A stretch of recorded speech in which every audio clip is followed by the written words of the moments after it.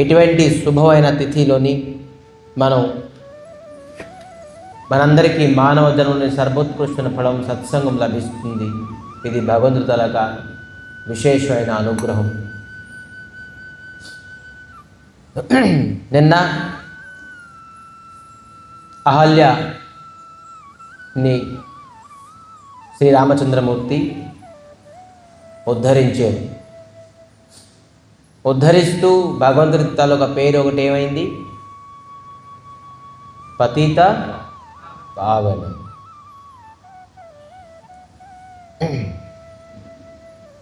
రఘుపతి రాఘవ సీతారాం పతిత పావన రాజా రాम రఘుపతి రాఘవ రాజా రాम పతిత పావన సీతారాం రఘుపతి రాఘవ రాజా రాम పతిత పావన సీతారాం రఘుపతి రాఘవ రాజా రాम పతిత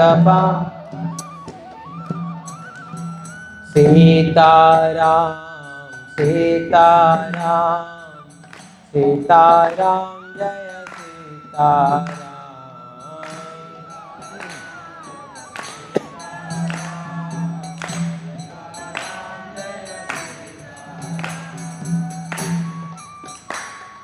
రఘుపతి అంటే మనం కీర్తన చేసాం, బాగానే ఉంది. కానీ ఇది శబ్దం తాలూకు అర్థం ఏంటి? రఘుపతి, రఘువంశం తాలూకా పతి అంటే ముఖ్యమైన తిలకం, వీరం. అందుకే రఘుపతి. రాఘవ్ అంటే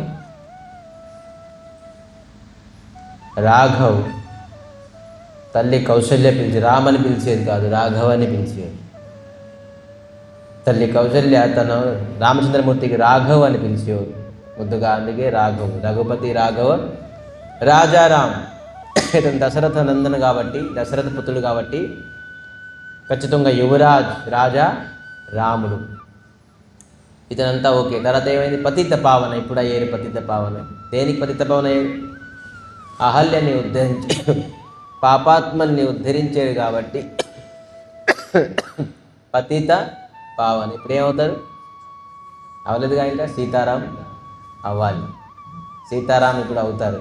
మనం సీతారాం అవడానికి యాత్ర మొదలు పెడతాం.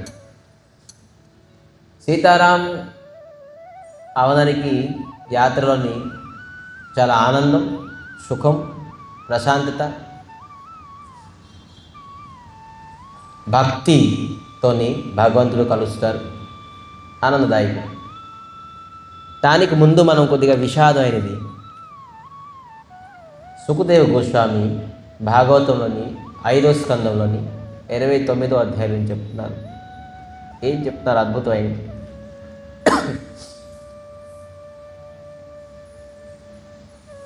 అహల్య తప్పు చేశారు. సామాన్యమైన తప్పు కాదు, చిన్న తప్పు కాదు, క్షమించే తప్పు కాదు. శాస్త్రంలోనే మనకి ఈ విధానంగా రాసున్నది. ఇటువంటి ఎవరైతే తప్పు చేస్తారో, పరో పురుషులు, ఒక స్త్రీ పరో పురుషులపైన ఆశ పెట్టుకోవడం, మరి పరో స్త్రీ, ఒక స్త్రీ పరో పురుషుడిపైన ఆశ పెట్టుకోవడం, పరో పురుషుడు కూడా పరో స్త్రీ పైన ఆసక్తి పెట్టుకోవడం, ఇది చాలా ఘోరమైన పాపం. దీనికి సుఖదేవ గోస్వామి గరుడ పురాణ నుంచి ఒక నరకం ఉద్ధరించారు. ఏం నరకం అది? తప్తసూరమి అని చెప్పేసి ఒక నరకం పేరు. మనకి 28 రకాలైన నరకం ఉన్నది. దాంట్లోని తప్తసూరని అని చెప్పేసి ఒక నరకం ఉన్నది. దాంట్లోని ఏం చేస్తారు? పెద్ద పెద్ద విరాటమైన విగ్రహాలు. ఏ విగ్రహాలు? లోహంతో తయారైన విగ్రహాలు. స్త్రీ తాలూకు విగ్రహాలు, పురుషుల తాలూకు విగ్రహాలు. ఈ విగ్రహాలకి అగ్గితోని వేడి చేస్తారు. లోహం అగ్గితోని వేడైతే ఎలా ఉంటుంది మీకు మనకు తెలుసు. ఎవరైతే ఇటువంటి ఘోరమైన అత్యాచారం, అన్యాయం చేస్తారో, ఒక స్త్రీ పరో పురుషుడి పైన, పరో పురుషుడు పరో స్త్రీ పైన ఎవరైతే ఆలోచన అధర్మము కార్యం చేస్తారో వారికి వెళ్ళి తప్తసురుని నరకంలో తీసుకెళ్ళి, స్త్రీ అయితే పరో ఆ లోహం అయిన పురుషుడితోని మళ్ళీ మళ్ళీ ఆలింగనం చేయిస్తారు. తర్వాత ఏంటి? నగ్నావస్థంలో వారికి బట్టలు ఉండవు, నగ్నం చేసేసి ఈ స్త్రీకి ఆ లోహంతో తయారైన పురుషుడితో ఆలింగనం చేయిస్తారు. వారు అంటే మళ్ళీ మళ్ళీ ఈ నరకానికి శిక్ష. మరి పరో పురుషుడు ఎవరైతే పరో స్త్రీ పైన ఆశ పెట్టుకుంటారో తనకి స్త్రీ తనొక లోహం అయిన మూర్తి విగ్రహంతో ఆ పురుషుడికి ఆలింగనం చేయిస్తారు. ఒకసారి కాదు, బార్ బార్ అని చెప్తారు, మళ్ళీ మళ్ళీ. ఇటువంటి ఘోరమైన నరకం ఈరోజు ఏ వ్యక్తి ఇటువంటి ఘోరమైన నరకం పాపం చేయకుంటున్నారు? ఎవరైతే కృష్ణ భావనామృతం ఉండే వ్యక్తులే కొంతమంది ఇటువంటి అధర్మము, అన్యాయం చేయకుండా ఉంటారు. లేదంటే ప్రాయతః అందరికీ పరో స్త్రీ పరో పురుషుడి పైన అందరికీ ఖచ్చితంగాను ఆశ కలుగుతుంది. కానీ కేవలం కృష్ణ భావనామృతం ఉండే వ్యక్తులే తను తెలుసుకోగలరు ఇటువంటి పాపము, ఇది అధర్మము, దీనివల్ల స్వామి ఎప్పుడు మనకి అనుగ్రహం చేయరు అని చెప్పేసి. ఎందుకంటే మనం కృష్ణ భావనతో ఎప్పుడైతే మనం ఎంటర్ అయ్యామో అప్పుడే మనకి 4 రెగ్యులేటరీ ప్రిన్సిపల్స్ ఉంటాయి. ప్రభుపాదులు చెప్పేసారు అప్పుడే 4 నియమాలులో ఒక నియమం ఏంటి? ఇలిసిట్ సెక్స్, అభేద స్త్రీ సంఘం, అభేద పురుష సంఘం. ఇది ఘోరమైన నరకం, ఇది ఖచ్చితంగా వెళ్ళవలసిందే. దీనికి ఈ నరకం పేరేంటి? తప్తసూరిని నరకం. ఇలాగా కుంభిపాకం అనేది ఉన్నది, అందరికీ తెలుసు. కుంభిపాకం సినిమాలో చూసి ఉంటారు. ఇది కుంభిపాకం అనేది ఏంటి? ఎవరైతే మాంసాహారం ఇతర పశు పక్షుల్ని సంహరించి మాంసాహారం తింటారో అతనికి పెద్ద పెద్ద కడాయిలు ఉంటాయి. కొన్ని యోజన అంటే కొన్ని కిలోమీటర్, ఒక 10 ఫీట్ 20 ఫీట్ 30 ఫీట్ కాదు, కొన్ని యోజన అంటే కిలోమీటర్కి విశాలమైన కడాయి. ఆ కడాయిలోని నూనెతో మరిగి ఉంటుంది. ఆ మరిగే నూనెకి వీలికెళ్ళి మాంసాహారం తిన్నావు కదా, ఇప్పుడు తిను. దీనికి కుంభిపాకం అన్నారు. ఇటువంటి నరకం. ఎవరైతే మదక ద్రవ్యాలు, నిశా ద్రవ్యాలని సేవిస్తుంటారో అయపాన నరకాన్ని ఉన్నది. అయపాన అంటే ఏంటి? వేడి లోహం, కరిగే లోహం, లిక్విడ్ ఫార్మ్గా ఉంటుంది. దానికి తెలుగులో ఏమంటారు? లిక్విడ్ ఫార్మ్ అయిన లోహ ఇనుము తరళావస్థలో ఉంటుంది, లిక్విడ్ ఫామ్లో ఉంటుంది. ఆ లోహానికి మనకి వేడిగా ఉంటుంది. యాక్చువల్లీ అది చల్లారిపోతుంది, మళ్ళీ లోహం అయిపోతుంది. వేడి ఎంత టెంపరేచర్ ఉంటే ఆ లోహం లిక్విడ్ ఫార్మ్గా ఉంటుంది. అంత టెంపరేచర్ ఉన్న లిక్విడ్ ఫార్మ్కి తాగిపిస్తారు. తాగు, నీకు మనిషి జన్మం ఇచ్చాను నేను, తాగనా నీకు కాదు, తాగేవి కాబట్టి ఇప్పుడు తాగు. ఎంత తాగుతావు? అప్పుడు నీ పరిస్థితి ఏంటి? మరి ఎవరైతే శౌచాచారం అంటుముట్టు ఉండదు, అంటుముట్టు ఉండకుండాను, నిష్ఠ లేకుండాను ఉంటారు, స్నానపానం చేయరు, స్త్రీ ధర్మం పురుష ధర్మము ఎవరు పాటించరో వారికి ఏంటి? వాళ్ళకి నరకం వైతరణి నది. వైతరణి నది అని ఒక నది ఉన్నది. దాంట్లోని కేవలం రక్తము, చీము, మలమూత్రము ఇవన్నీ ఉంటాయి. రక్తం చీము మలమూత్రంతో ఉండే ఒక నది. దీంట్లో ఎవరికైతే శౌచాచారం లేదో, శుద్ధి ఆచరణ గట్ట లేదు, వాళ్ళకి వెళ్ళి 9 గంటల వరకు పడుకుంటారు, లెగిసిపోతారు, అన్నీ ముట్టేస్తారు, చేసేస్తారు. స్త్రీ ధర్మం పాటించరు, పురుష ధర్మం పాటించరు, బాత్రూమ్ టాయిలెట్కి వెళ్ళి స్నాన కార్యాలు చేయరు. ఇటువంటి శౌచాచారం లేకపోయిన వ్యక్తులకి ఈ నదిలో వెళ్ళి, ఇది వైతరణి నది. ఇది కేవలం నేను 5 నరకం చెప్పాను, ఇంకా 23 నరకాలు ఉన్నాయి. ఇవన్నీ చెప్పడంతో భాగవతంలో సుఖదేవ్ గోస్వామి చెప్తుండగా పరీక్షిత్ మహారాజ్ చెప్పారు, ఇంకా ఆపేయండి, ఈ నరకం నుంచి బయటపడే మార్గం చెప్పండి. ఇప్పుడు ఈ నరకం వినే టైం నాకు లేదు, నాకు ఉండేది కేవలం 7 రోజులే. ఈ 7 రోజులు నేను మొత్తం ఇది నరకం టాపిక్కే మీరు పెడతారనుకుంటా. లేదు, దీంట్లో నుంచి బయటికి వచ్చే మార్గాన్ని నాకు చెప్పండి అని చెప్పడంతో ప్రకారంగా కథాన్ని ప్రారంభించారు. కానీ ఒక మార్గం ఏంటి, దీంట్లో కన్క్లూజన్, ఒక వ్యక్తి చక్కగా ప్రశాంతంగా పప్పు కూర అన్నం తింటున్నారు ఇంట్లోని. ఒక వ్యక్తి పరిగెట్టి వచ్చి, అయ్యా నువ్వేంటి ఈ అన్నం తింటున్నావు, ఈ అన్నంలో విషం కలిగి ఉన్నది అని చెప్పారు. విషం కలిపి ఉన్నారు ఈ అన్నం పప్పులోని, మీరు ఎలా తింటున్నారు అని వినే వ్యక్తి ఏం చేస్తాడు?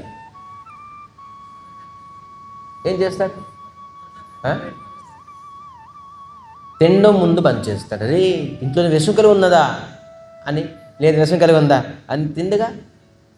ఏ తెలివైన వ్యక్తి కూడా తిండు. ఎప్పుడైతే విషం కలిగి అని చెప్పేసి చెప్పారో అప్పుడు ఆ ఆహారాన్ని తినడం ఆపేస్తాడు. ఎప్పుడైతే నరకం ఉన్నది, ఇటువంటి పనిష్మెంట్ ఉన్నది, గరుడ పురాణం ఉన్నది, శాస్త్రం ఉన్నది, భాగవతంలో రాసి ఉన్నది, సాధువులు మహాత్ములు చెప్తున్నారు అంటే ఫస్ట్ ఆఫ్ ఆల్ మనం పాపం ఏదైతే చేస్తున్నామో దానికి ఫస్ట్ ఆఫ్ ఆల్ బంద్ చేసేసారు. దీని నుంచి బయటికి రావాలంటే ఏ పరిస్థితిలో ఉన్నవాడను ఈ పాపాన్ని ఫస్ట్ ఆఫ్ ఆల్, ఎలాగైతే మనం విషం కలిగి ఉన్న అన్నాన్ని వెంటనే తినకుండా మనం స్టాప్ చేసేస్తామో, విదిన్ ఫ్రాక్షన్ ఆఫ్ సెకండ్లోనే మనం బంద్ చేసేస్తాం. లేదు మరి తినకూడదు, మరి ఒక్క ముద్ద కూడా వెళ్ళదు, ఒక్క మెతు కూడా వెళ్ళదు లోనికి. అదే విధంగా మనం ఒక్క తప్పు కూడా మనం చేయకూడదు. ఇటువంటి నరకాన్ని వినిన తర్వాత ప్రాయశ్చిత్తం చెప్తున్నాను నేను. దీంట్లో నుంచి బయటపడే మార్గం, విషం తినే వ్యక్తి బతికే మార్గం ఏంటి, పాపాత్ముడు పాపం చేసే వ్యక్తి పాపం నుంచి, ఈ నరకం నుంచి బయటపడే మార్గం ఏంటంటే వెంటనే పాపాన్ని బంద్ చేసేస్తాడు. రెండోది, ఏదైతే తను తెలియకుండా తినేసారో దానికి ఏం చేయాలి, వామిటింగ్ చేయాలి. ఎప్పటివరకైతే తను వామిటింగ్ చేయరు కడుపులోనే, అది ఖచ్చితంగాను ప్రతి అంగాల్ని నష్టం చేసేస్తుంది, మొత్తం స్ప్రెడ్ అయిపోతుంది, విషం అంతా శరీరానికి ఎక్కిపోతుంది, అప్పుడు చేయి జారిపోతుంది. ఇదేంటి ప్రాయశ్చిత్తం. స్వామి నేను నీ శరణం కోరుకున్నాను, చేసిన పాపం చేసేసాను, ఇంకా జీవితంలో నేను ఇంకా ఎప్పుడు పాపం చేయను అని దానికి కక్కడం, రోజు ఏడ్చుకుంటూ భగవంతుడికి క్షమాపణ అడగడమే కక్కడం. మనం చేసే పాపాన్ని నిరంతరంగా భగవంతుడి దగ్గర గుర్తు చేసుకొని, స్వామిని నేను ఈ ప్రకారంగా పాపం చేశాను అని కక్కాలి. మనం చేసిన పాపం అంతే భగవంతుడి దగ్గర కక్కాలి. నన్ను క్షమించండి, మనం సమర్థించుకున్నాం నేనే పాపం చేయలేదే అని. పాపం చేసాం ప్రభు స్వామి, మనం కక్కాలి, మనం పాపం చేసింది మనం కక్కాలి, అప్పుడే ఈ నరకం నుంచి మనం బయటకు వస్తాం. సో ఈ విధంగా అహల్య ఉద్ధరించబడ్డారు. సో మనం పాపం చేసినప్పుడు బాగా ఆలోచించాలి. ఎవరు మనకు అడగరేమో, చేయరేమో, తెలియదేమో. మరి స్పెషల్లీ భక్తులు ఎవరైతే భగవంతుడిని ప్రేమిస్తారో, భక్తి చేస్తారో, అనుగ్రహం పొందాలని అనుకుంటారో, ఎవరైతే భగవంతుడి ధామానికి మరి జన్మం లేకుండా వెళ్ళిపోదామని అనుకుంటారో, అటువంటి వ్యక్తి పాపానికి కలలో కూడా పాపం చేయకూడదు. వాస్తవంగా శారీరకంగా విడిచిపెట్టేసింది, కలలో కూడా మనం పాపాన్ని ఆలోచనను ఆలోచించకూడదు, నేను పాపం చేస్తానని. పాపం ఆలోచన ఉన్న వ్యక్తి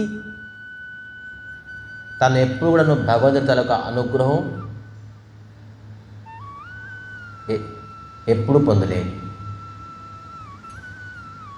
ఎవరికైతే ఆశ ఉన్నది నేను పాపం చేస్తున్నాను, భగవంతుడి అనుగ్రహం నేను పొందుతానని చెప్పేసి ఆశ ఉన్నదో, ఆశని మీరు ఎప్పుడు కూడా ఆశ పెట్టుకోకండి.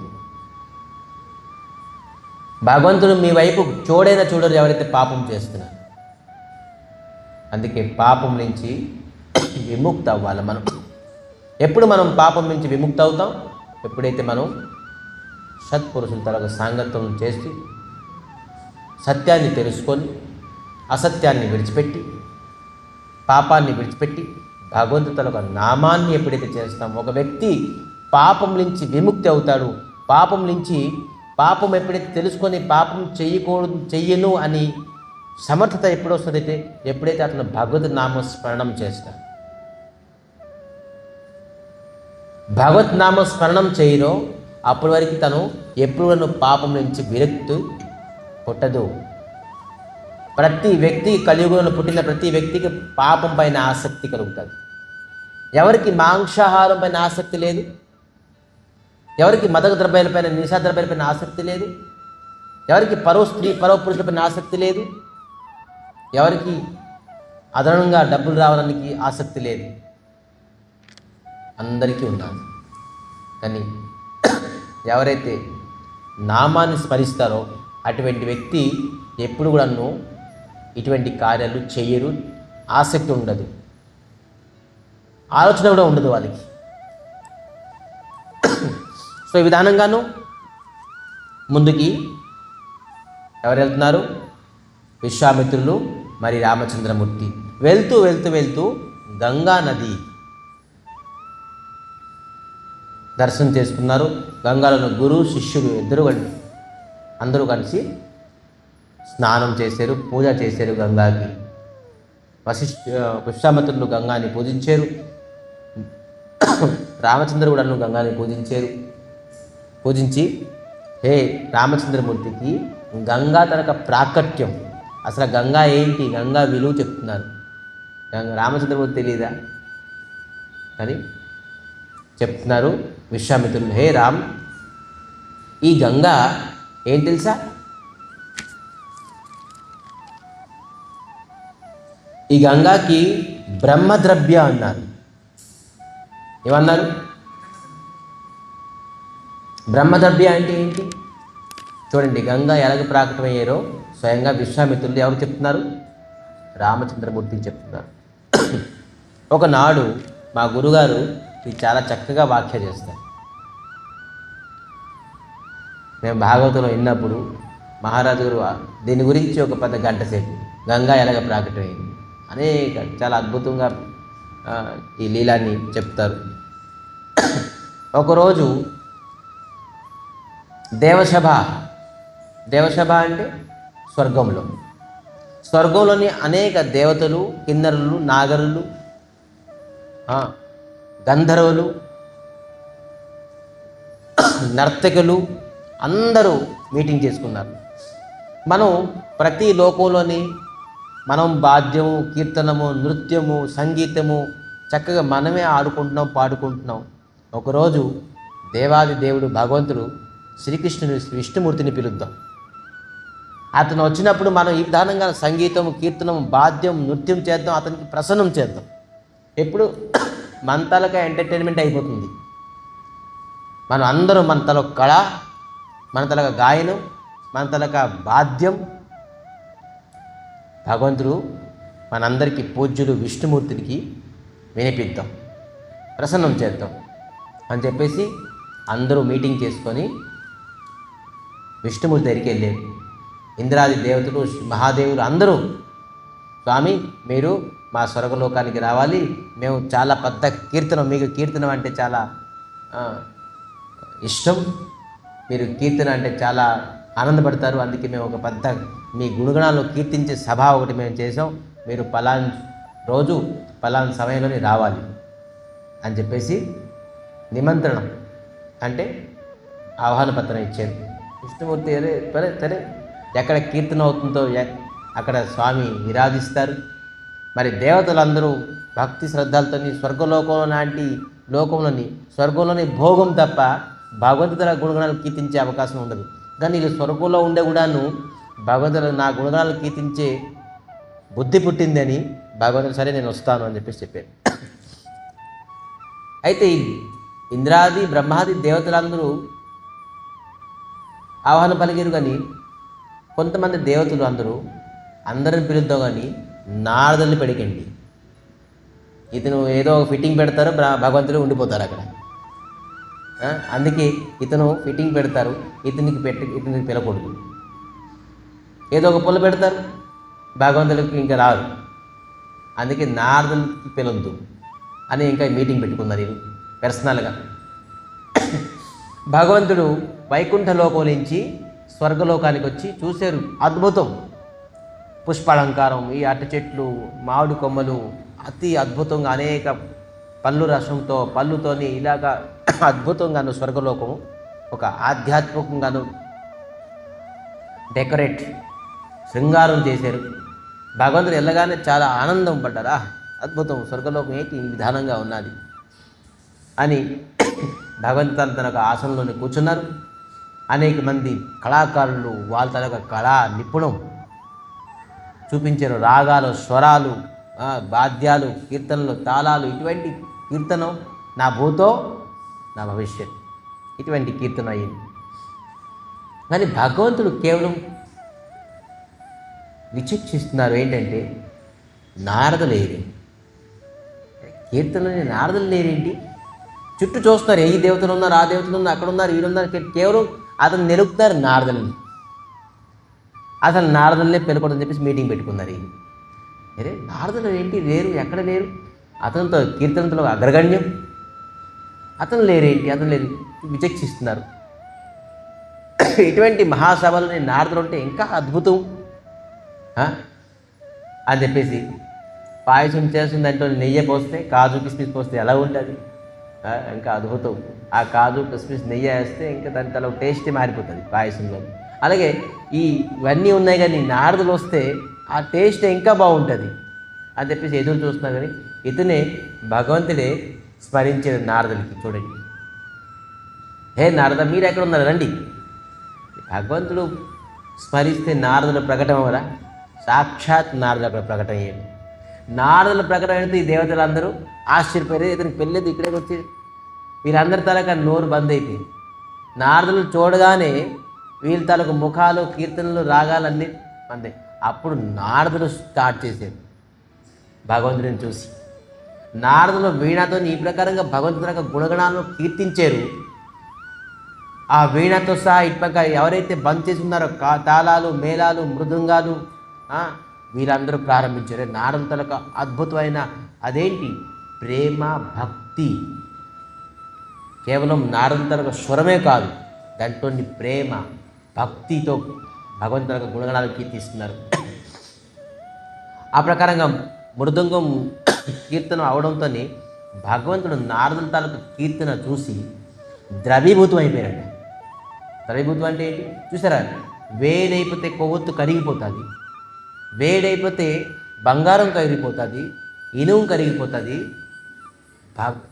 నారదుల తాలూకా భక్తి తాలూకా వేడి, ప్రేమ తాలూకా వేడిని చూసి భగవంతుడు ద్రవీభూతం అయిపోయింది, కరిగిపోతున్నారు. భగవంతుడు కరుణాసాగరుడు.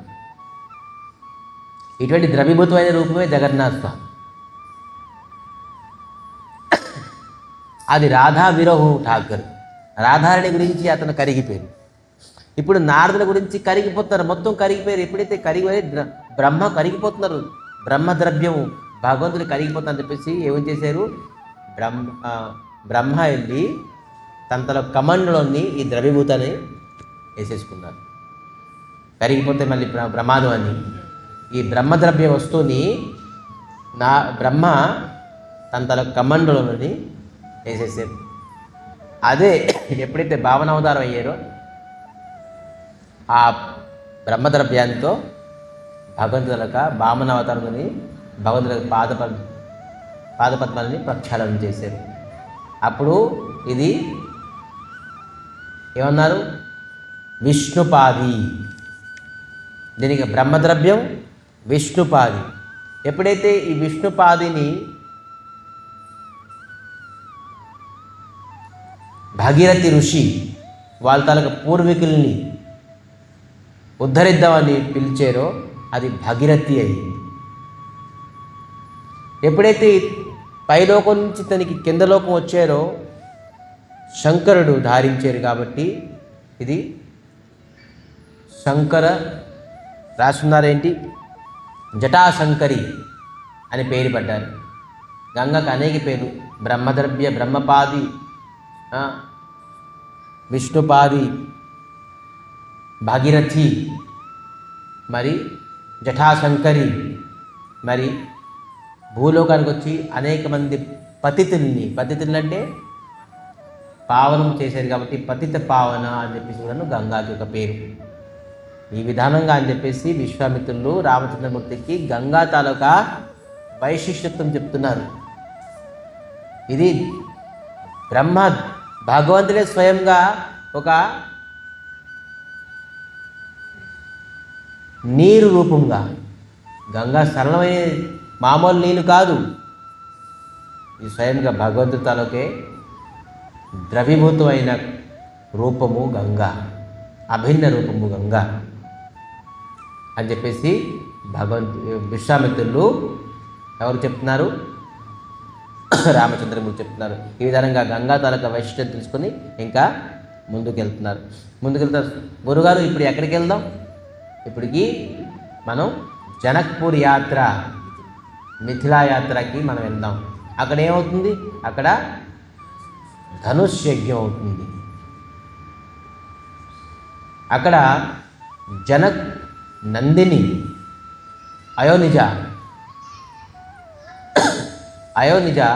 జనక్ నందినికి స్వయంవరం అవుతుంది. ఎవరైతే ధనుర్బాణం అని చెప్పడంలోనే రామచంద్రమూర్తి ఒక ప్రశ్నించారు గురుగారికి. ఏంటి ప్రశ్నించారు? స్వామి, మీరు జనక నందిని అన్నారు, అంటే జనక మహారాజు తాలూకా నందిని అంటే కన్య కాబట్టి జనక నందిని అన్నారు. మరి అయోనిజ అన్నారు. నాకు సందేహం ఉన్నది. అయోనిజ అంటే ఏంటి? అయోనిజ అంటే ఎవరైతే గర్భంలోని యోని ద్వారం నుంచి పుట్టలేదో వారికి అయోనిజ అంటారు. ఇతను సీతాదేవి గర్భం నుంచి పుట్టలేదు. ఎవరు గర్భంలోని యోని ద్వారం నుంచి పుట్టలే. యోని ద్వారం నుంచి పుట్టకుండాను గర్భంలో పుట్టకుండా వ్యక్తికి అయోనిజ అంటారు. అయితే మీరు జనకనందిని అన్నారు, ఇటుపక్క అయోనిజ అన్నారు. జనకుడు తనక జనక మహారాజ్ తనక కూతురు అని చెప్తున్నారు, ఇటుపక్క అయోనిజ అంటున్నారు. ఇది ఎటువంటి సంబంధం? రెండు వ్యతిరేకంగా ఉన్నది. దీనికి నాకు సందేహం ఉన్నది అని చెప్పడంతో విశ్వామిత్రులు ఈ అయోనిజ ఎవరు? సీతాదేవి గురించి పుట్టుగా చెప్తున్నారు. సీతాదేవి ఎలాగ పుట్టారు? ఇప్పుడు గంగా ఎలాగ ఆవిర్భావం అయ్యారు చెప్పారు. ఇప్పుడు సీతాదేవి ఎలాగ ఆవిర్భావం అయ్యారు చెప్తున్నారు. హే రామచంద్ర, మీకు రావణాసుడి గురించి తెలుసు. మహాపరాక్రమి రాక్షసుడు. ఇతనికి ముఖ్యమైన ఉద్దేశం ఏంటంటే ఋషుల్ని, మునిల్ని, వైష్ణవుల్ని, సాధువుల్ని, మహాత్ముల్ని, బ్రాహ్మణుల్ని, గోవుల్ని పీడించడమే పెద్ద ముఖ్యమైన కాన్సెప్ట్. ఇటువంటి పీడించిన రావణాసుడు ఒకరోజు లంకాలోని వాళ్ళ మంత్రిమండలితో ఒక మీటింగ్ పెట్టుకున్నాడు. ఏంటి అని? ఈ సాధువులకి మనం ప్రశాంతత ఉంచకూడదు. ఇతనికి ముందు కాన్సెప్టే అంతే. ఈ సాధువులు మహాత్మాలకి ఏ ప్రకారంగా అనుష్ఠానం చేయడానికి ఇవ్వకూడదు, వీళ్ళు శాంతిగా ఉండకూడదు. వీళ్ళు శాంతితోనే ఏదైనా అనుష్ఠానం చేస్తే వీరికి శక్తి పెరుగుతుంది, ఈ శక్తితో మనకి హాని అవుతుంది. అందుకే వీరికి శాంతిగా ఉంచకూడదు ఎప్పుడు. ఇది ఒక రాజనీతి కదా. రాజకీయ నాయకులు ఎవరికి శాంతిగా ఉంచరు. ఒకవేళ శాంతిగా ఉంచితే వాళ్ళు రాజకీయ నాయకులు కాదు. సో ఈ ప్రకారంగా కంసుడు మహారాజకీయ నాయకుడు, ప్రజాసేవీలు వేరా. రాజకీయ నాయకులు వేరే. ఇతను సాధువులు మహాత్ముల్ని ఎప్పుడు పీడించడం ఒక కాన్సెప్ట్ కాబట్టి మీటింగ్లోని పాస్ అయింది అంటే దండకారణుల్ని అనేక మంది సాధువులు మహాత్ములు ఉన్నారు, వాళ్ళందరికీ ఎక్కడెక్కడైతే ఉన్నారో వాళ్ళందరికీ ల్యాండ్ ట్యాక్స్ అడిగింది. ఏం ట్యాక్స్? మరేం చేస్తారు వీళ్ళకి? ఇంకేం లేదు, దారి లేదు. అక్కడ ఉన్నారు కాబట్టి ఆ ల్యాండ్ తరఫు ట్యాక్స్ని అడిగింది అని చెప్పేసి దైత్యుల్ని అందరినీ పంపించారు. ఎవరు? రావణాసుడు. ఈ దైత్యులు అందరూ వెళ్ళారు. ఎవరి దగ్గరికి వెళ్ళారు? దండకారణ్యంలోని మొట్టమొదలైన ఆశ్రమం వశిష్ఠుడు. వశిష్ఠుల దగ్గరికి వెళ్ళారు. వశిష్ఠులు తాలూకా ధ్యానంలో ఉన్నారు. వాళ్ళ శిష్యులు కలిశారు. బాబు, మేము రావణాసుడు పంపించారు, మీరు ఈ విధానంగా దండకారణ్యంలో ఉంటున్నారు, మీరు ట్యాక్స్ కట్టాలి. ఒకవేళ ట్యాక్స్ కట్టపోయిన పక్షంలోనే మీరు ఈ దండకారణ్యం ఖాళీ చేసుకొని బయటికి వెళ్ళిపోవాలి. వాళ్ళ శిష్యులు అందరూ వెళ్ళి గురుగారికి కంప్లైంట్ చేశారు. హే గురుదేవ్, ఇగోండి దైత్యులు వచ్చారు, మనం ట్యాక్స్ కడతాక ఈ ఆశ్రమంలో ఉండగలం, లేదంటే మనం ఇక్కడ ఖాళీ చేసేసేయాలి. వశిష్ఠులు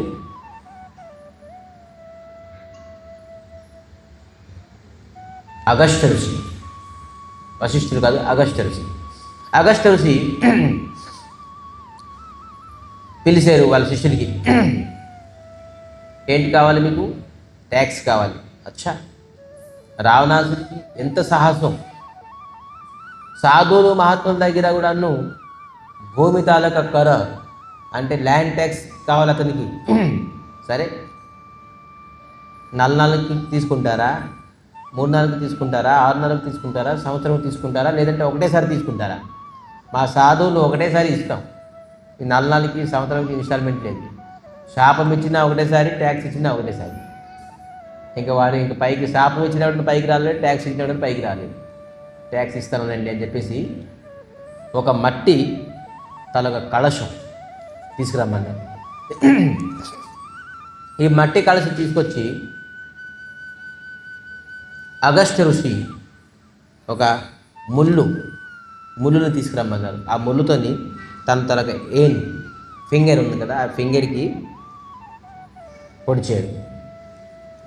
పొడిచి ఒక 10 to 20 డ్రాప్స్ ఆఫ్ బ్లడ్ ఆ అంటే కొండలో వేసారు. మరి దండకారుని ఎంతమంది ఋషులు ఉన్నారో అందరికి చెప్పారు, మీ తల రక్తం దీంట్లోనే. అందరూ అదే విధానంగాను ఆ ముళ్ళతో పుడుచుకొని రక్తం అంతా వేసేసి మొత్తం రక్తం అంతా కొండ నిండైపోయింది. రక్తం సీల్ చేసేసారు ఆ కొండ నీట్గానే. చూసి ఆ కొండను తీసుకుని, బాబు ఇగో ట్యాక్స్, ఈ ట్యాక్స్ని పట్టుకొని వెళ్ళు. ఎవరి దగ్గరికి వెళ్ళి? రావణాసుడికి చెప్పు. మళ్ళీ ఈ ట్యాక్స్ ఏదైతే మాతో కలెక్ట్ చేసుకున్నావో ఈ ట్యాక్స్ నీ వంశంతో సహా నష్టం, నీకు నీ వంశానికి నష్టం చేసేసింది ఈ ట్యాక్స్ అని చెప్పేసి చెప్పు.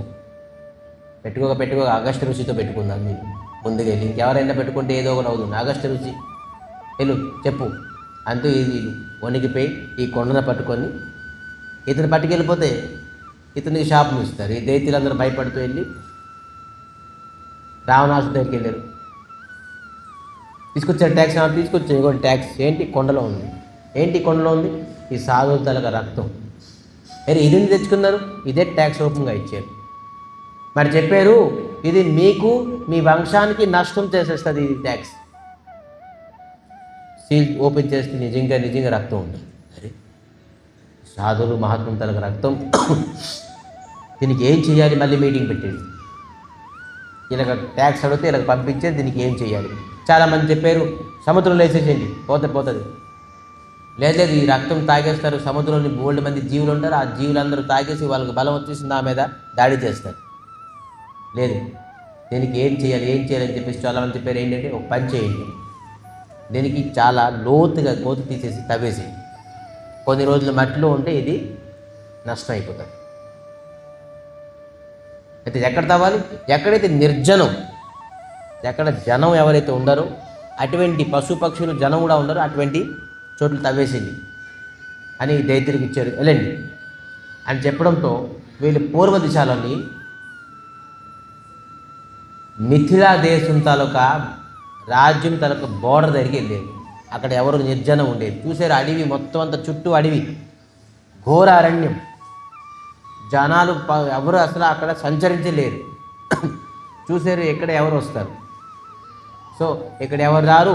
మామూలుగా ఒక 1 or 2 feet తవ్వేసి ఆ గడాన్ని పెట్టేసి కాంక్షుడు చెప్పారు చాలా లోతు తవ్వండి, ఎవరు ఎప్పుడు తీయలేరు రావణాసుడు.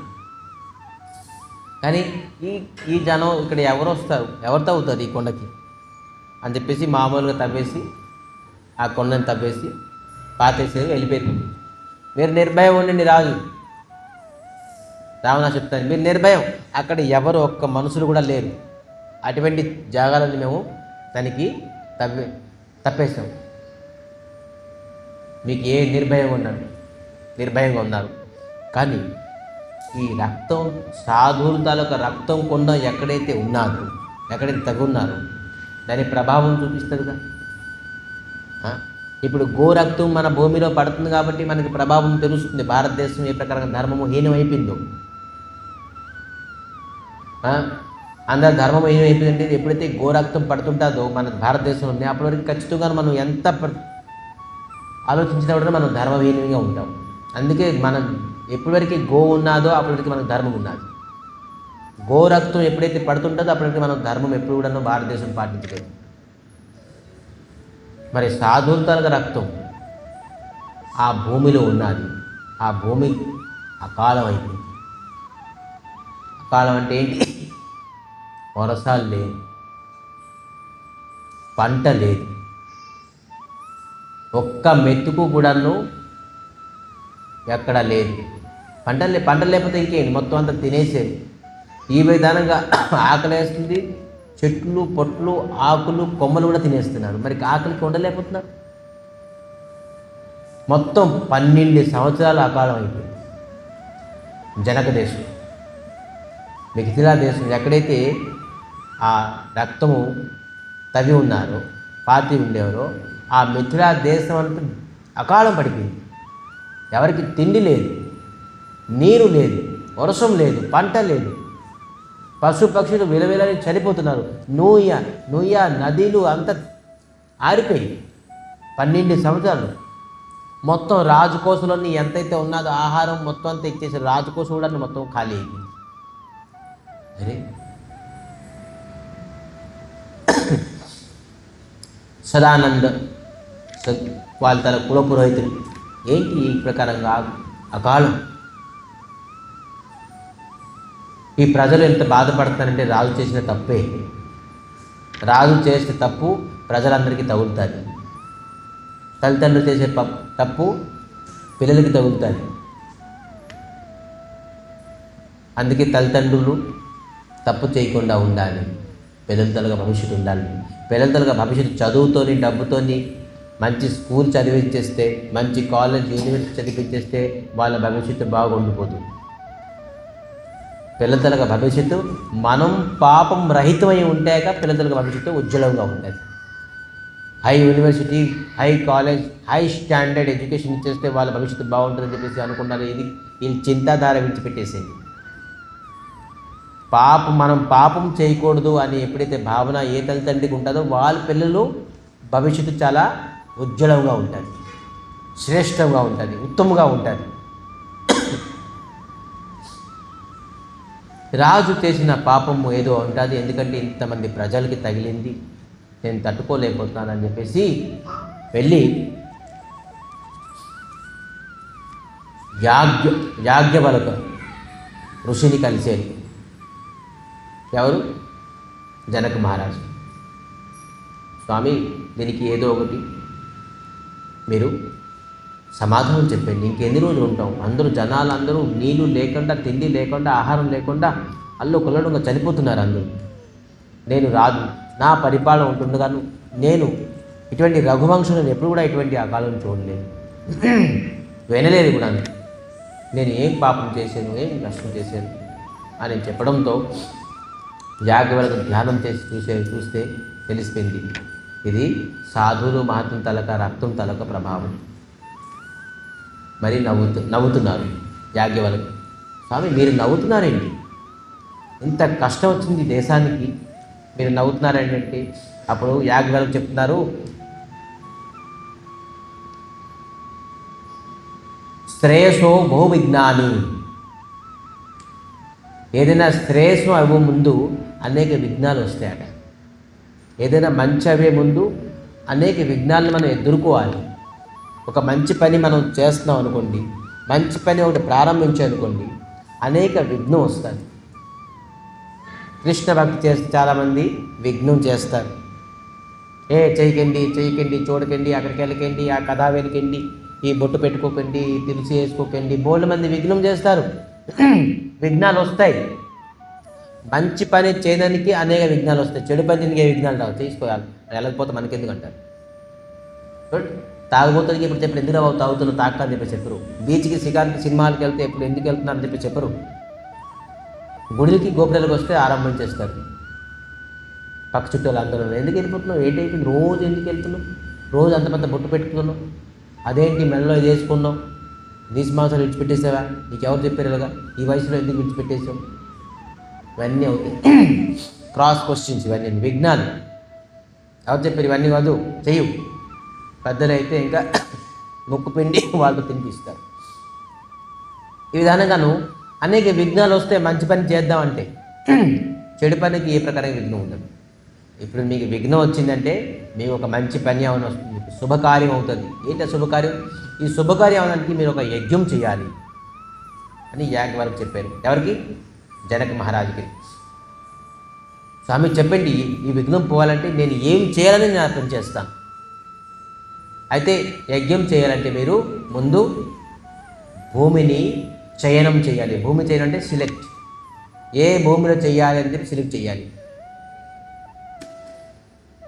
వెళ్ళి శోధనం చేయాలి. శోధనం అంటే చయనం అంటే సెలెక్ట్ చేయాలి. ఆ భూమికి రథంలో కూర్చొని జనక మహారాజ్, మరి యాజ్ఞవల్క్య, మరి సదానంద వాళ్ళ కులపురోహితులు అందరూ వెళ్ళి, బ్రాహ్మణులు అందరూ వెళ్ళి ఆ రథం ఎక్కడైతే మట్టి కొండ ఉన్నదో అక్కడికి వెళ్ళి ఈ భూమిలోని మనం యజ్ఞం చేయాలి. అయితే ఎలా చేయాలి? దీనికి ముందు ఈ భూమికి శోధనం చేయాలి. శోధనం అంటే పవిత్రత. ఎలా చేయాలి? ఒక బంగారంతో ఒక హళం అంటే తెలుసు కదా, నాగలి చేయాలి. మామూలు కాదు, నాగలి చేసేసి ఎద్దుల బండితో చేయకూడదు. మీరు జనక్ మహారాజ్, మీరు ఒకవైపు, ఇంకోవైపు మీ భార్య సునైన. జనక్ మహారాజ్ భార్య పేరు సునైన. మరి జనక్ మహారాజ్ మీ ఇద్దరు పట్టుకొని ఈ హళాన్ని, ఈ భూమిని శోధనం పవిత్ర చేయాలి. దాని తర్వాత యజ్ఞం అవుతారు. జనక్ మహారాజుతో సాధు మహాత్ముల వాక్యం పైన అక్షరం పాటించు, ఖచ్చితంగా చేస్తాం అని చెప్పేసి జనక మహారాజు ఒకవైపు, సునైన ఒకవైపు ఈ బంగారంతో నిర్మించిన నాగల్ని భూమిలో లాగుతూ వెళ్ళినప్పుడు ఆ మట్టి కొండ దగ్గర ఇది హళం వెళ్ళకుంటుంది, అడ్డేస్తుంది. గురుగారు ఇది ముందుకు వెళ్ళకుంటుంది ఈ నాగలి ఎంత చెప్పినా కూడా. అయితే దాంట్లో అక్కడ ఏమున్నది చూడండి అని ఎప్పుడైతే మట్టి తవ్వుతున్నారో పైన ఒక సూర్యుడు, భూమిలో కూడా ఒక సూర్యుడు వస్తున్నారేమో అంత ప్రకాశవంతం, అంత ప్రకాశం అనిపిస్తుంది. తీస్తే చూస్తే ఒక పెట్టి ఉన్నది.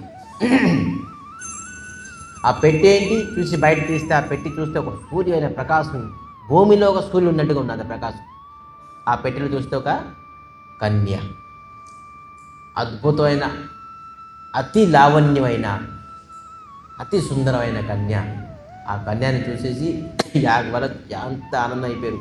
మరి ఏంటి ఈ కన్యాన్ని ఎప్పుడైతే జనక మహారాజ్ తను చేతిలో తీసుకున్నారో తనకి ఒక వాత్సల్య ప్రేమ, ఒక తండ్రికి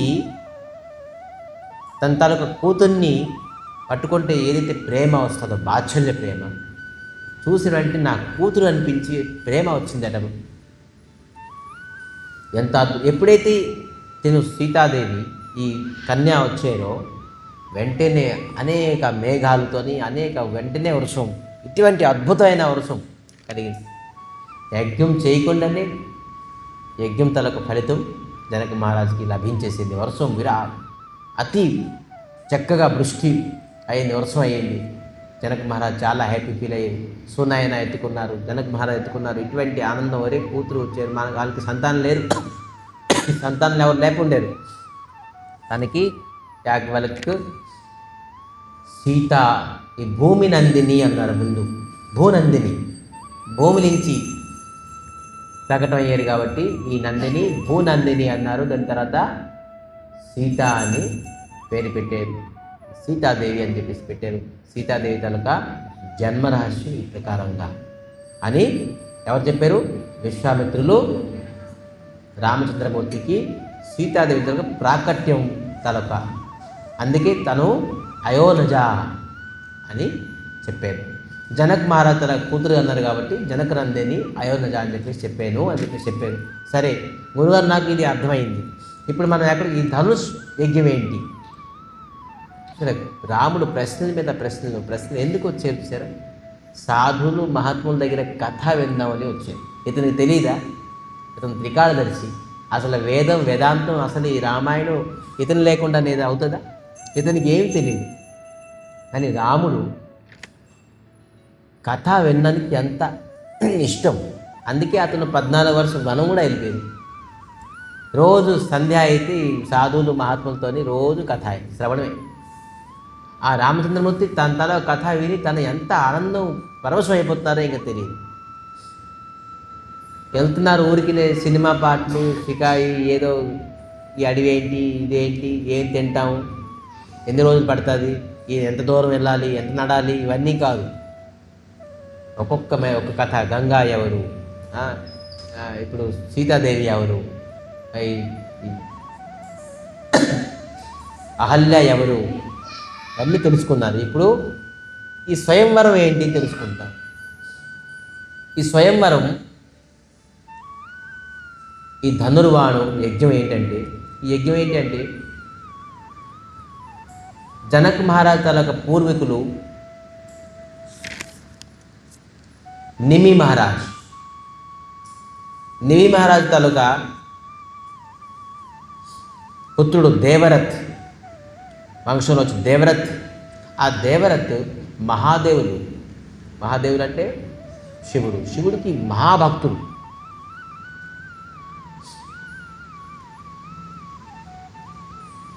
ఆ సమయంలోని త్రిపుర అనే ఒక రాక్షసుడు, దైత్య మహాపరాక్రమేతనుడు ఉండేవాడు. ఆ సమయంలోని విశ్వకర్మ ఒక వజ్రము మరియు ఒక ధనుర్బాణం తయారు చేశారు. విశ్వకర్మ ఈ ధనుర్బాణం పేరు ఏంటి? పినాక్. ధనుర్బాణం పేరు పినాక్.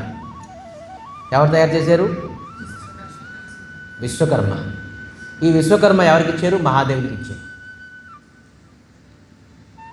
మహాదేవునికి ఎందుకు ఇచ్చారు? ఈ పరాక్రమైన ఈ అసురుడు త్రిపురకి సంహరించడానికి.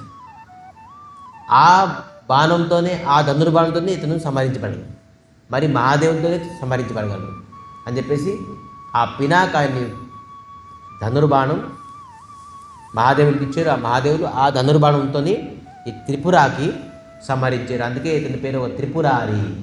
మహాదేవుని తన పేరు ఒకటి త్రిపురారి. ఆ త్రిపుర ఒక అసురుని, రాక్షసుని సంహరించారు కాబట్టి ఇతని పేరు త్రిపురారి. ఈ విధానంగాను సంహరించిన తర్వాత ఈ ధనుర్బాణాన్ని తన దగ్గర ఉంచారు. చాలా అద్భుతమైన ధనుర్బాణం ఇది. ఈ పినాక్ విశ్వకర్మ సృష్టించేది అంటే అది ఎంత కళా నిపుణం, ఎంత అద్భుతంగా ఉంటుంది. కానీ నిమి మహారాజ్ తరక వంశంలోని దేవరథ్ మహాదేవుని తరక అతి భక్తుడు కాబట్టి ఈ దేవరథ్ ఏం చెప్పారంటే, మహాదేవుని ప్రసన్నం చేసి మహాదేవుని ప్రకటమయ్యాడు. ఏం కావాలి చెప్పి, స్వామి నాకు భగవంతుడి తరక భక్తి కావాలి. మీ వంశంలో నీకు స్వయంగా భక్తిదేవి జన్మిస్తాడు. నువ్వు ఆ జనక మహారాజ్ తరక వంశంలోనే కదా సీతాదేవి వచ్చేది. స్వయంగా భక్తిదేవి వస్తారు, నువ్వు ఏ ప్రకారంగా చింతించగా. అయితే ఇంకేం కావాలి చెప్పు, మీకు ఏదైతే ఇష్టమో అది నాకు ఇయ్యండి. అప్పుడు మహాదేవ తాలూకా ఈ పినాక్ బాణం అనేది ఈ దేవరథ్కి ఇచ్చేది. ఈ దేవరథ్ మహాదేవునికి అతి ఇష్టమైనది ఈ పినాక్ బాణం. నిరంతరంగా పూజించేది. తులసి, చందనం, మరి బేలపత్రం, ఆరతి, ధూపము, దీపమాన్ని చేసి నిరంతరంగా, ఎందుకంటే మహాదేవతలకు ప్రతీకం, మహాదేవతలకు చేతి నుంచి ఇతను తీసుకున్నారు కాబట్టి. ఆ దేవరథ్ తాలూకా వంశం నుంచి జనక మహారాజు వాళ్ళ పూర్వీకులు. ఈ జనక మహారాజులను వాళ్ళు పూర్వీకులు ఎలాగ పూజిస్తున్నారో స్వయంగా జనక మహారాజ్ ఆ పినాక్ బాణానికి ప్రతి నిత్యం తులసి, చందనం, వేలపత్రం, ధూపం, దీపం ఇచ్చేవారు. ఇది ఈ కథ ఎవరు చెప్తున్నారు? రామచంద్రమూర్తి. ఒకనాడు పూజ చేయడానికి వెళ్ళినప్పుడు జనక మహారాజ్ ముందు రోజు పూజ చేసిన పువ్వులు, ప్రసాదం అంతాను క్లీన్ చేసేసి ఉంటుంది జనక మహారాజు వెళ్ళే ముందు. ఇది స్వయంగా కొంతమంది దాసీలు లేదంటే తన భార్య సునైనా చేస్తారు, ఇంకెవరు చేయరు. ఆ దగ్గరికి వెళ్ళరు. ఈ పినాక్ బాణము ఎంత విరాటం ఉంది, మరి ఎంత బరువు అంటే దీనికి స్వయంవరం ఆ పూజా రూమ్ నుంచి స్వయంవరంకి తీసుకురావడానికి ఏనుగులతో లాక్కొని తీసుకొస్తుంది. ఇది మనుషుల వల్ల ఎత్తే బాణం కాదు.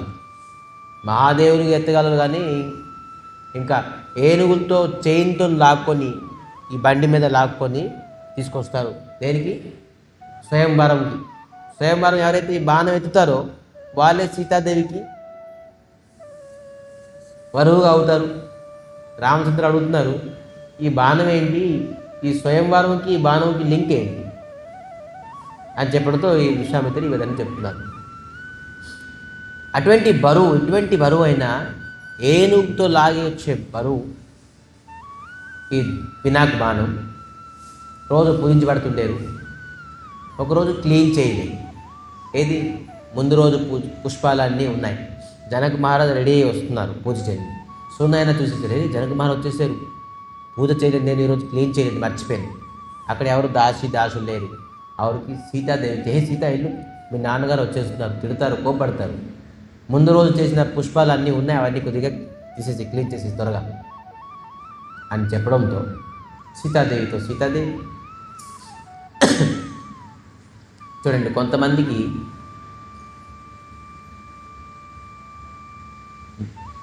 ఒక పని చేస్తే చాలా నిష్ఠతోని, శ్రద్ధతోని, స్మూత్గా హ్యాండిల్ చేసి చేస్తారు. కొంతమంది పని చెప్తే అది ఇరుపుకుంటూ, పాడు చేసుకుంటూ, రఫ్ అండ్ టఫ్ అన్నమాట.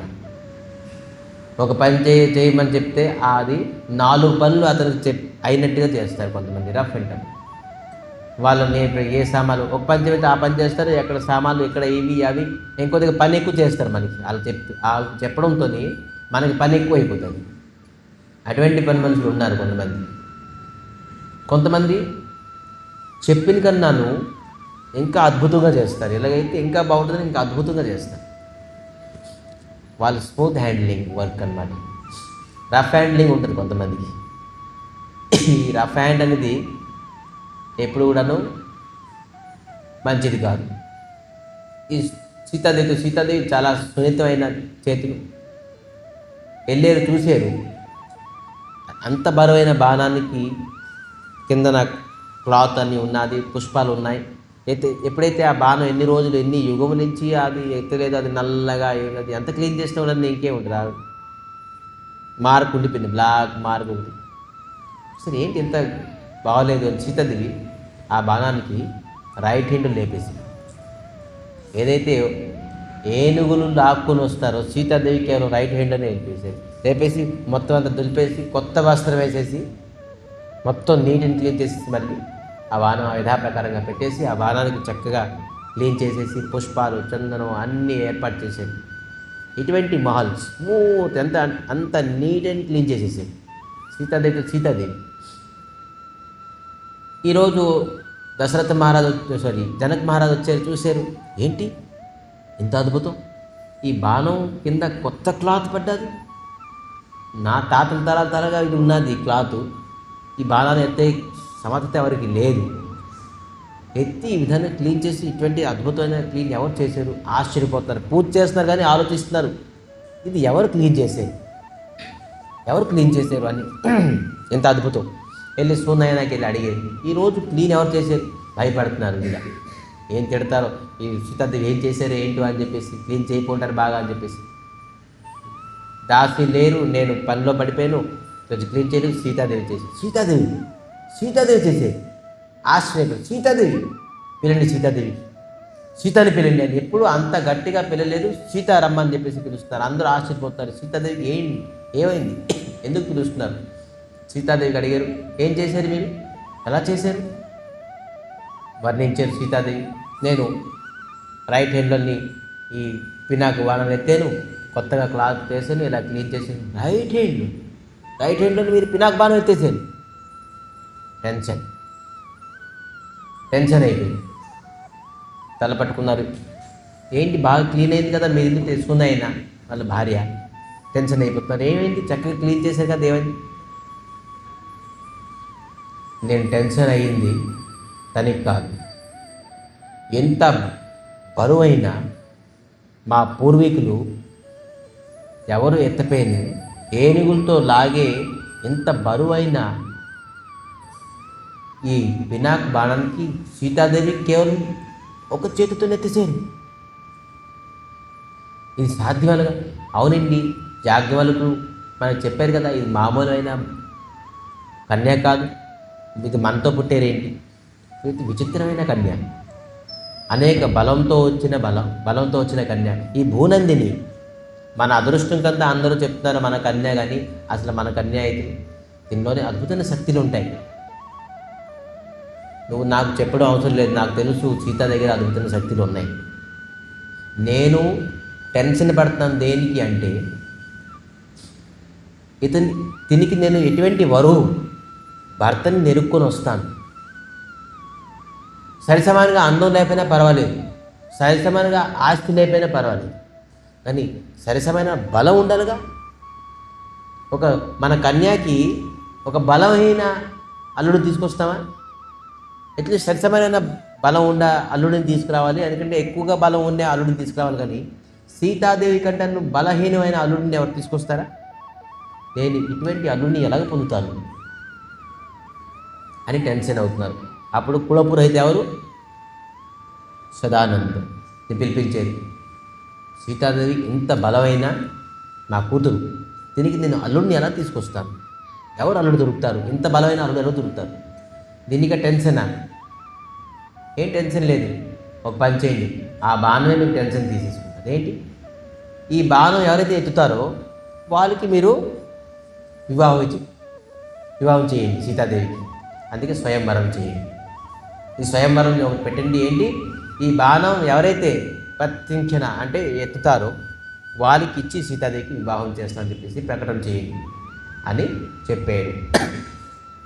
అప్పుడు ఈ బాణానికి ఈ స్వయంవరానికి లింక్ అన్నమాట.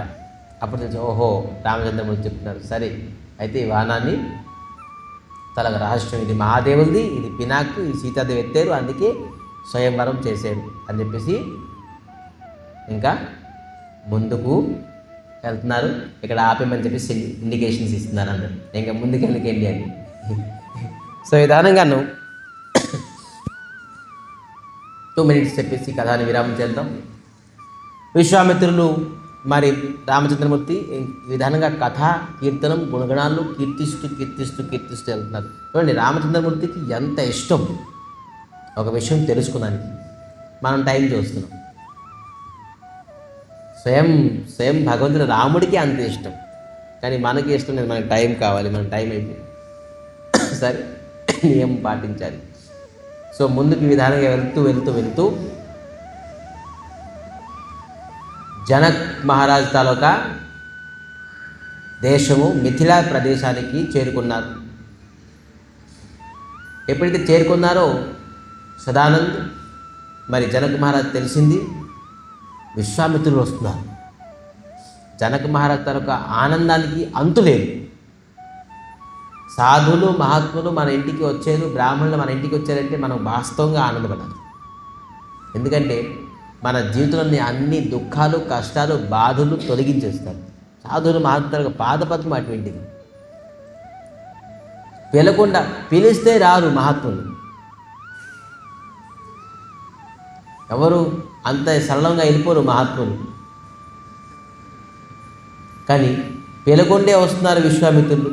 ఆహా అద్భుతం అని చెప్పేసి చాలా పెద్ద స్వాగతమైన విరాటమైన స్వాగతం ఏర్పాటు చేశారు. ఎవరు? జనక మహారాజు. జనక మహారాజ్ విశ్వామిత్రులు తనకు స్వాగతం పలికారు. కానీ రామచంద్రమూర్తికి లక్ష్మణ్కి ఇంకా చూడలే. ఇలా ఎవరు ఉంటారు అవన్నీ. కానీ విశ్వామిత్రులు వచ్చారని చెప్పి కేవలం విశ్వామిత్రుల పైన కాన్సన్ట్రేషన్. విశ్వామిత్రులకి చాలా చక్కగా ఆహ్వానం పలిగారు, పుష్పహారం ఇచ్చారు, చందనం ఇచ్చారు, ఆసనం ఇచ్చారు.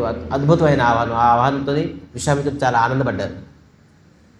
విశ్వామిత్రుల తర్వాత ఎప్పుడైతే రాముడికి లక్ష్మణుడికి చూశారో ఎవరు? ఇది సస్పెన్స్. ఏంటనేది రేపు తెలుసుకుందాం.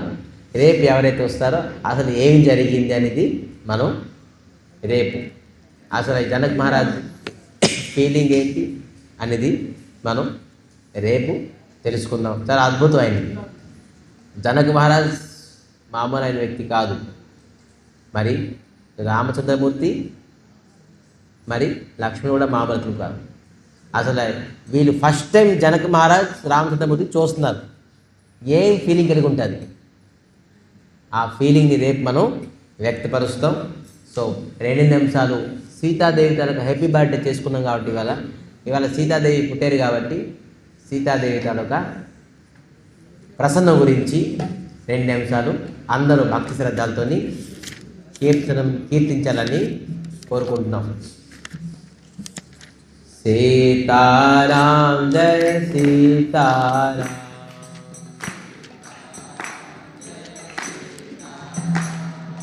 సీతారాం జయ సీతారాం,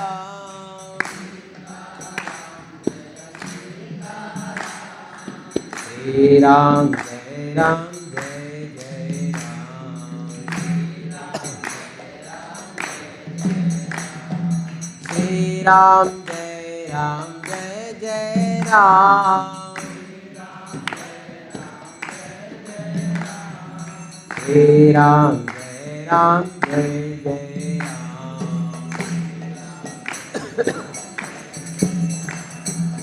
अवधि बिहारी सीताराम, कुंज बिहारी श्यामा श्याम,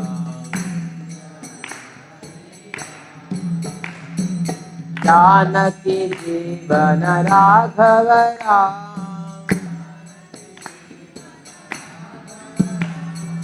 राधा रमना राधे श्याम, जानकी वल्लभ सीताराम, राधिका वल्लभ राधे श्याम,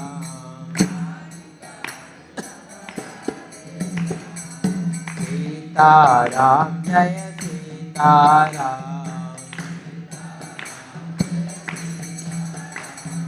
राधे श्याम जय राधे श्याम,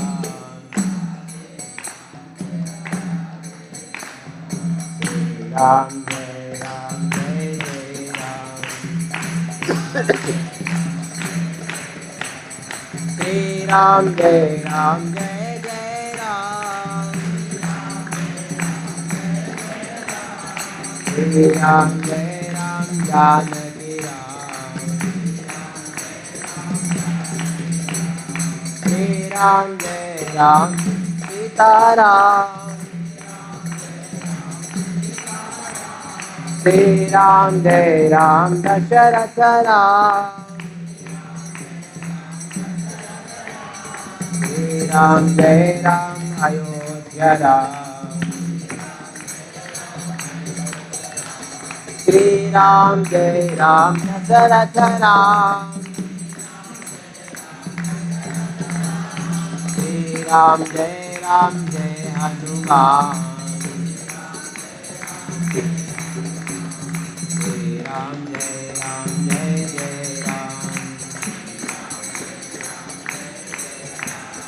श्री राम जय राम।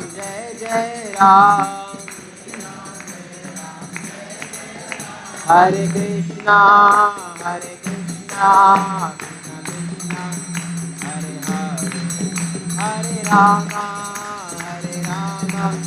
राम राम हरे हरे।